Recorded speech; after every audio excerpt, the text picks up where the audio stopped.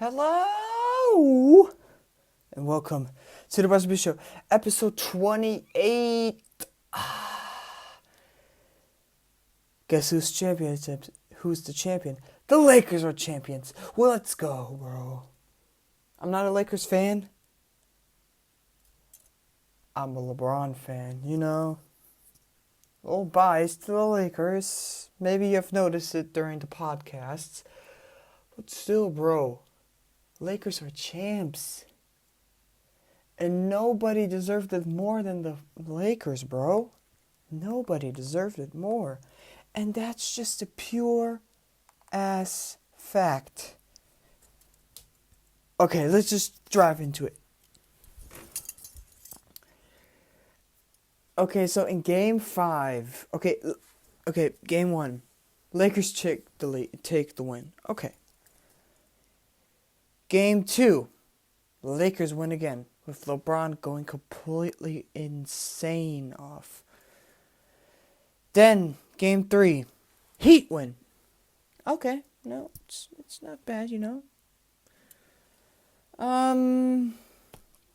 Jimmy was playing great. Duncan Robinson was just hitting threes all series long. Lakers were having a lot of turnovers, which,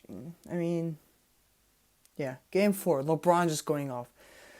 Triple-double. Damn. Game 5, LeBron again, 40 points. And I think it was a triple-double too. But at the end of the game, Lakers are down 2 points. LeBron drives and hits the ball out to Danny Green. Danny Green misses the shot. Wide open, nobody. I think Danny Green got some hate, like even some death threats because of that. Which, guys, absolutely not cool. Whoever did that, it's not cool, bro. Don't, but what? He missed a shot and you're going to give him a death threat? I mean, it's just a game. It's not real life. It's not death or life.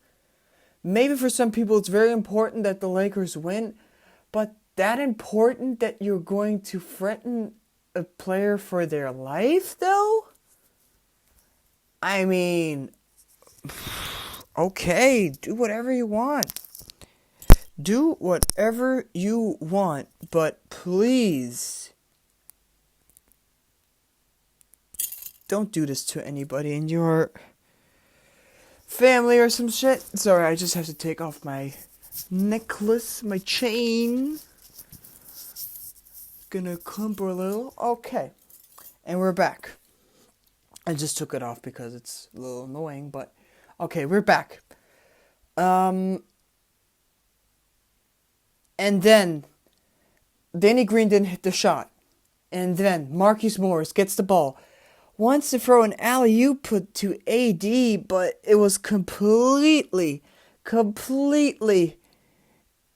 the timing was bad. AD was the only guy pretty much open. Okay, I get that, but LeBron was wide open. Danny Green was wide open too. I mean, Brian Windhorst said himself on the Low Post. If you don't know what the Low Post is, it's a podcast too, from Zach Lowe, somebody from The Ringer, which Bill Simmons directs. He's the owner, or he's the CEO of The Ringer. He said, Brian Windhorst said,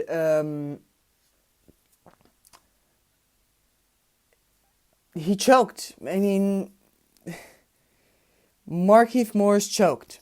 It happens. He could have given it to LeBron. I don't know if LeBron would have hit that, but who knows? And I mean, I think probably LeBron went after the game to Danny Green. Don't feel sorry about it, bro. I will give you the ball every other time too. It's just, it happens. You miss shots. It happens. So in game 6, Lakers win it. But what a lead they had. At the end, they only had like a 16-point lead or something. Or 13 points, I don't really remember. But during the game, they almost like had 35-point lead. 35? Jesus Christ. And you could see like the Heat were tired. The Heat were like at the end of game 5, I think Jimmy was like he was like kneeling over the banners because he was so tired. I mean, bro, this is, yeah. And Bam was completely getting dominated by AD, and nobody wanted to score against AD. Not even Jimmy. Jimmy got D from. Okay, that sounds like. Jimmy couldn't get past AD's defense. He just couldn't. He was even scared at some point. Tyler Hero was scared. He hit like an 8-foot floater and wouldn't go in because he saw that AD was coming. It was just a flat out air ball. And then Jimmy wouldn't drive. Jimmy only had like 13 points. LeBron had 28 in a triple double. And after that game, I was like, LeBron is the freaking finals MVP? We don't even have to talk about that. And LeBron had a speech where he said, put some respect on the Lakers franchise, put some respect on Rob Pelinka, the GM of the Lakers, and put some respect on his name. And I mean, whoo! It's, he probably knows a lot of things that the media said about him. Some nasty things.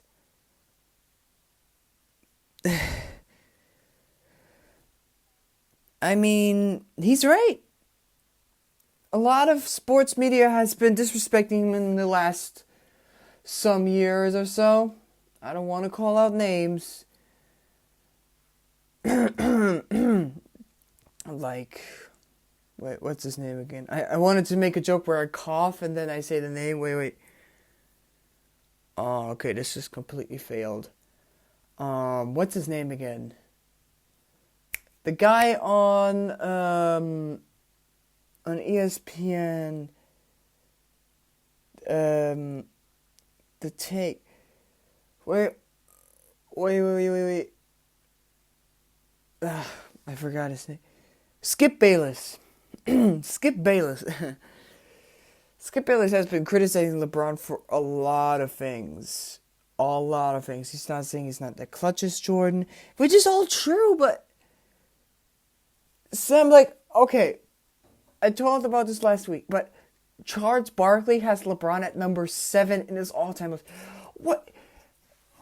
Okay, come on, bro. After this finals, you have to say he's at least number 2. He's number 2. Or, I don't care, 2 or 3. I mean, he's LeBron. He carries all of the teams he went to, except maybe 2012, where Wade was still okay, good. But except for, and AD, and 2020 and 2012 were probably the only 2 finals where it didn't carry Wade. 2014, Wade was getting old. LeBron was, 2013, my bad, it was 2013. D-Wade was getting old. 2016. I mean, Kyrie had his back, but LeBron, the main show, every time, it happens every time. LeBron goes to a bad team. For instance, he went to Miami. I mean, they got the big 3. But then he completely transformed it to a good team. I mean, who would have thought, like, maybe the chemistry would have been bad between those 3 players. And then he went in 2014 to Miami.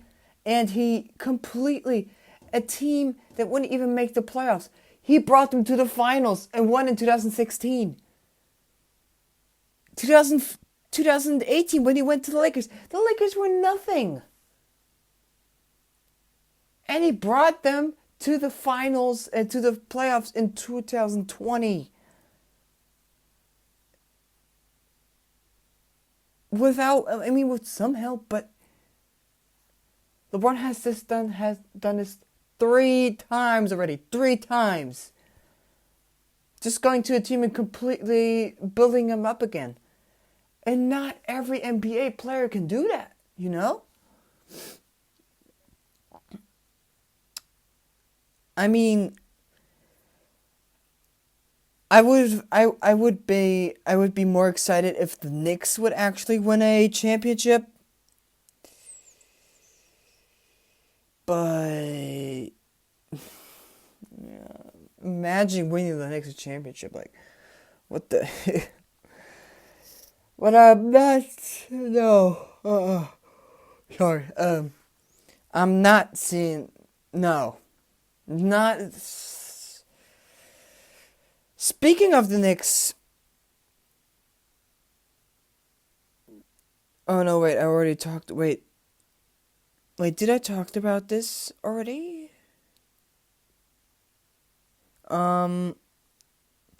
Oh no, I already talked about this last week. Oh, sorry. With the Knicks trading for Paul George and Chris Paul and stuff. I don't want Paul George, by the way. I don't want Paul George. I mean, if he's going to bring us to the playoffs, I guess so. But I want some playoff success, not to get thrown out in the first fucking round. So, can the Heat make the playoffs again? Can the Heat make the finals again? My bad. That's my bad. I wrote it wrong in the script. Can the Heat make the finals again? Right now, I'm like... I've been underrating them last season, but tell me if you want. But my prediction is... It will be harder, but I still think they're going to. Because... I mean, the East is loaded. They have Toronto. They have the Brooklyn Nets with Kyrie and Durant. Kyrie Irving and Kevin Durant. Kevin Durant couldn't play this year because of injuries, if you don't know. And Kyrie didn't play in the bubble because he was scared to think of that. I mean, whatever. So the Nets, the Raptors, the Celtics, the Heat... The Bucks, right, the Bucks, the Pacers, the Magic, yeah, I mean, this is a pretty damn loaded East right now. I wouldn't say as strong as the West, but pretty damn strong. And, I think they're but it's gonna be way harder, and I don't think that they're probably not gonna win the finals either, because the Heat got tired in Game 5. And I don't know if they can make it through... I know that they're probably going to make it through 3 teams. But then play... in the finals against some team. I mean, maybe even the Lakers again. I don't know. Maybe the Lakers could make it again. I don't really know. I mean, Tyler Hero was looking pretty... Duncan Robinson, nah. Not really, but... Bam was looking tired. Jimmy was looking tired. Jay Crawford was looking tired. I don't know, bro. Anything could happen. Anything. Yeah. And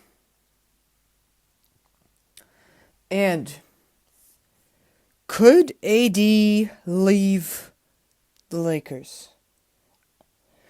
I mean, what I don't get about the media is right after the celebration of them winning the finals after Game 6, the media, of course, has to ask, oh, where is AD gonna go?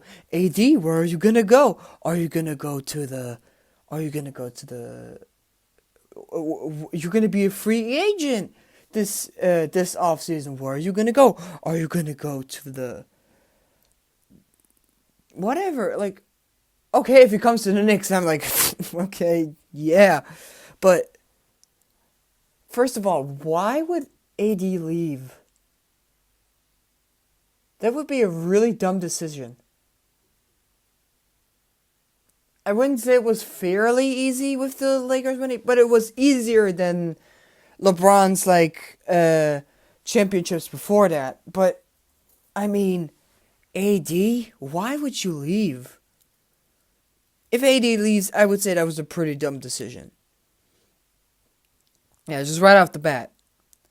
He's saying he was not 100% sure, and he's going to talk over it with his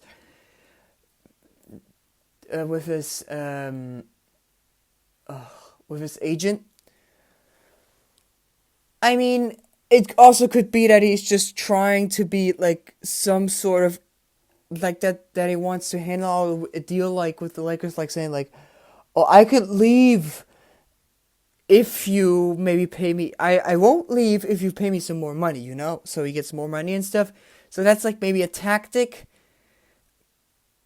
because no free agent, if a free agent says, oh, I'm 100% going to stay, they probably won't get more money because, or they can't debate with the team for more money because they said, oh, you already said in a press conference that you're staying for 100%. So, it doesn't add up. So, I don't know. AD, if you leave, I don't know what to say about that. I mean, yeah.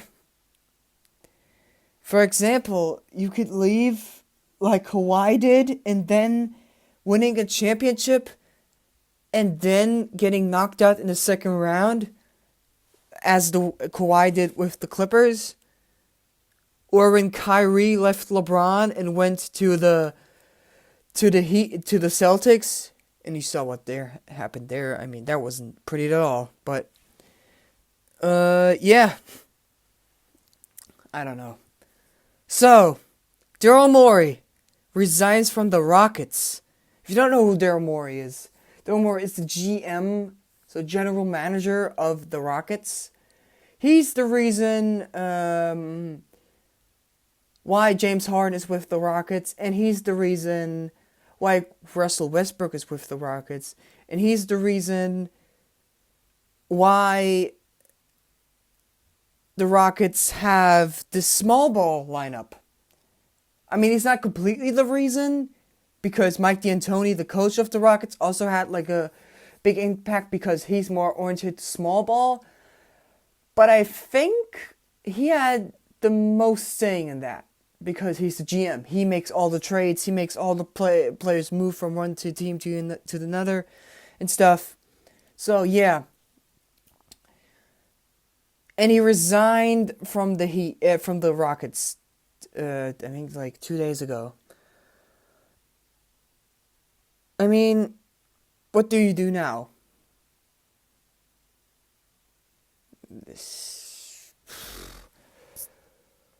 I mean, the Rockets are like a really uncomfortable position right now.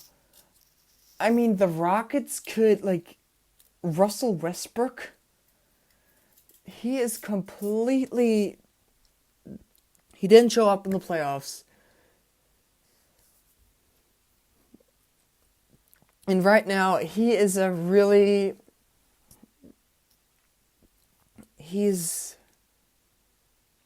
also a little in trouble because no team wants him.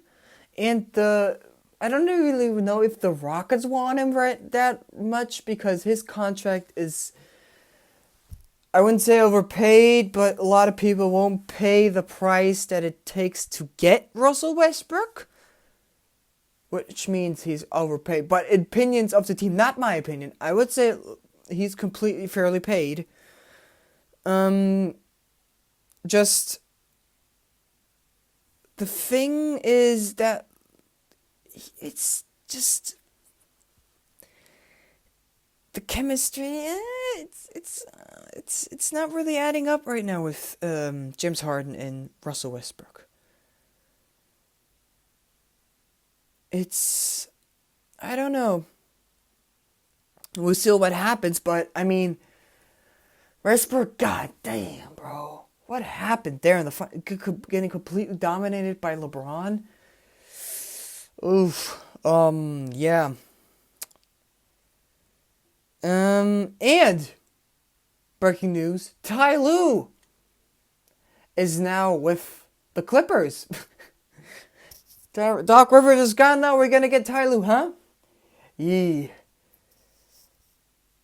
I mean, Tyron Lue is probably most known by, in 2001, getting his ankles crossed by AI. If you don't know, in 2001, the Lakers were playing the 76ers. The Lakers were having Kobe, rest in peace, Shaq, Rick Fox, Derek Fisher, Horace Grant,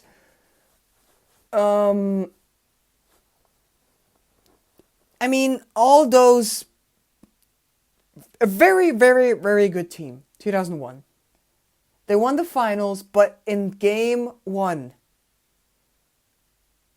the Sixers were down 20 and they came back. AI crossed over Tyronn Lue. Tyronn Lue was really good at guarding AI. And then he crossed him over, shot it, made it, and stepped over him. Complete disrespect. I mean, that's probably the thing Tyronn Lue is probably most known for. But bro, my God, Tyronn Lue wasn't even great. If you don't know, Tyronn Lue was also coach of the Cavaliers in from 2014 to 2018. And I think he was also the assistant coach of the Clippers, right? Or was that somebody else? I think that was, that's Tyronn Lue. So he stepped up from assistant coach to head coach of the Clippers. I mean, in 2018, the last finals where LeBron had with the Cavs, you could already tell he was making all the decisions. Tyronn Lue had absolutely no say in what the Cavaliers were actually making. He had absolutely no say in that, which is crazy, but it's true. Yeah, I mean, I don't really know, bro. I don't know.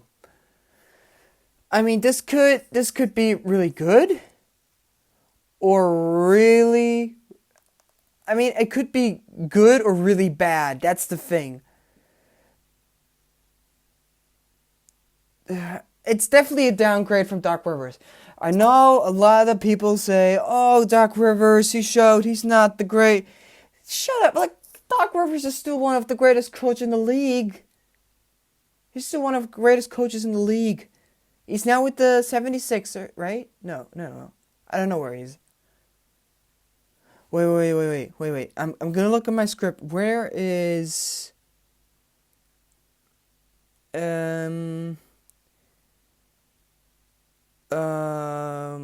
Okay, I can't find it right now. But anyway, you can't say Doc Rivers is a bad coach. It's just... probably didn't make the wisest decisions. I'm still saying he's one of the best. Probably the best coach right now in the league is probably Nick Nurse. But Doc Rivers isn't one of those coaches that just, like, for example, like Mike D'Antoni or Mike Budenholzer. Those guys are like coaches that in the playoffs don't make any change to their systems or to their rotations. And that's why they probably mostly lose. You know?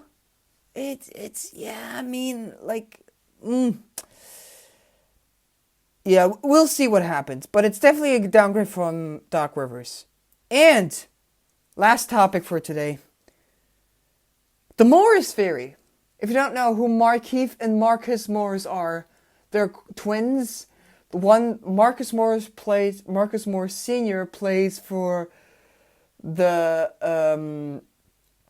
Clippers, and Markieff Morris plays for the Lakers. So, in 2017, when the Washington Wizards, Markieff Morris was playing with the Wizards, and he got injured. And then already 2 days late, he got really badly injured I think he had something with his ankle, and you thought like he was done for the season. It was the playoffs. And then he came back completely knew he was just dominating everybody. You just have to remember, those Morris twins look completely identical. And the theory was that Markieff Morris, Markieff's brother, was actually playing those games. You have to remember, those two are completely identical. They even have almost the most identical tattoos even. But it got, like, it's almost the same, but you can tell it's some detail that it's still Markieff. He still, for some reason, made it back in. So it's Markieff. The theory has been, it's proven wrong that it's actually Markieff and not Markieff Morris. But, yeah. It was an interesting theory, but it just got completely, somebody figured out that it was actually Markieff and not Morris. Markieff Morris. That's what I'm trying to say. Yeah. Okay. So, if you like this podcast, this has been a long podcast, longer than the usual ones. If you like this podcast, leave a like. If you haven't subscribed to the channel, subscribe to the channel. Turn on notifications. Until next time, peace!